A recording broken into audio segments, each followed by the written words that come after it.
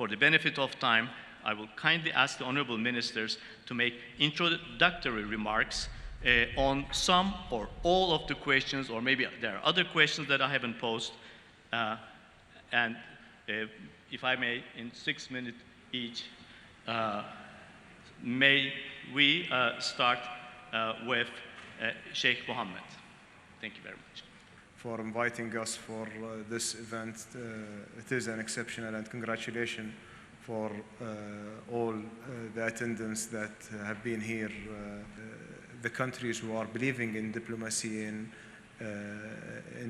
doing more of preventive diplomacy and engaging before even the conflicts evolve and expand to a regional or to be a global conflict. So I believe if you will look also at the nature of the conflict itself, it will change down the road. Right now we are talking maybe about armed conflicts, we are talking about some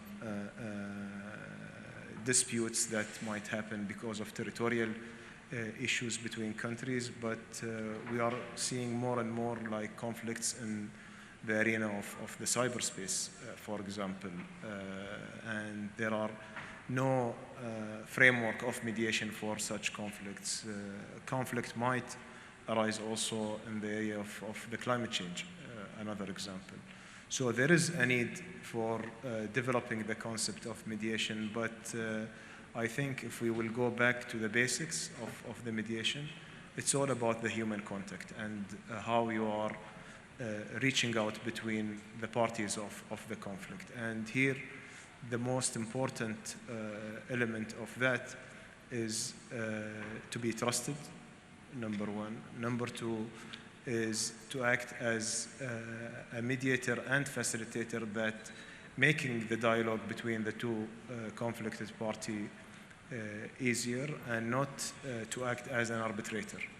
And here is the danger of the mediator when he starts to act in imposing solution. The role of the mediator should suggest solutions, should suggest common ground between the conflicted parties. And by that, you can build more and more trust. I think also another part is very important, is to act very fast and to be very agile in your movement. And this is actually very important to prevent the conflict from happening at the beginning and working toward resolving it, or to contain the conflict and avoid further escalation. Both actually are very important.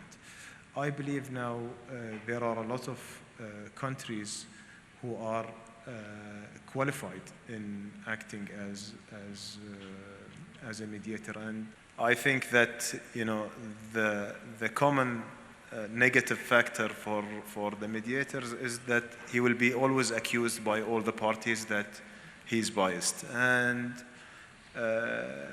actually this is natural with all the mediators or anyone who's trying to resolve any conflict.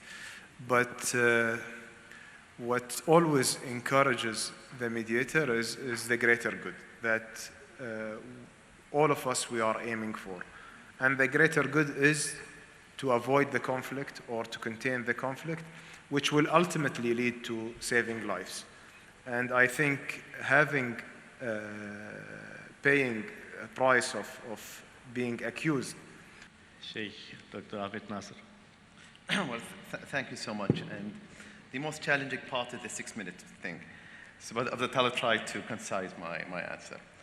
First of all, I would like to thank our dear brother, Maulud Jawish Oglu, the Foreign Minister of Turkey, for hosting us in present here in the Antalya Diplomatic Forum.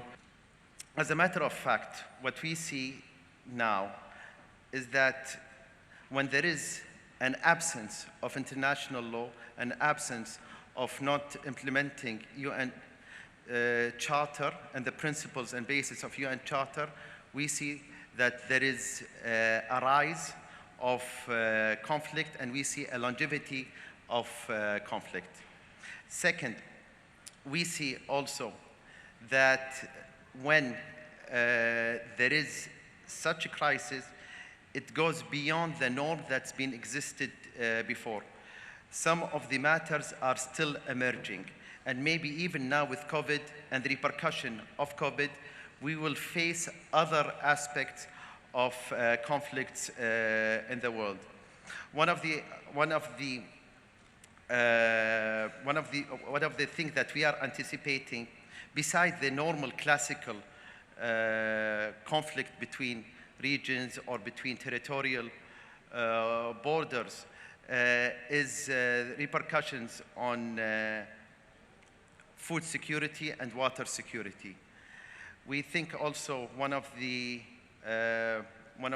main aspects that now lies in the world, and what Sheikh Mohammed touched upon, is cyber security as well. So we have to even update and upgrade everything that we have learned, and we have to be to move even faster so we can keep on track with whatever emerging conflict there is. Thank you, Mr. Ambassador.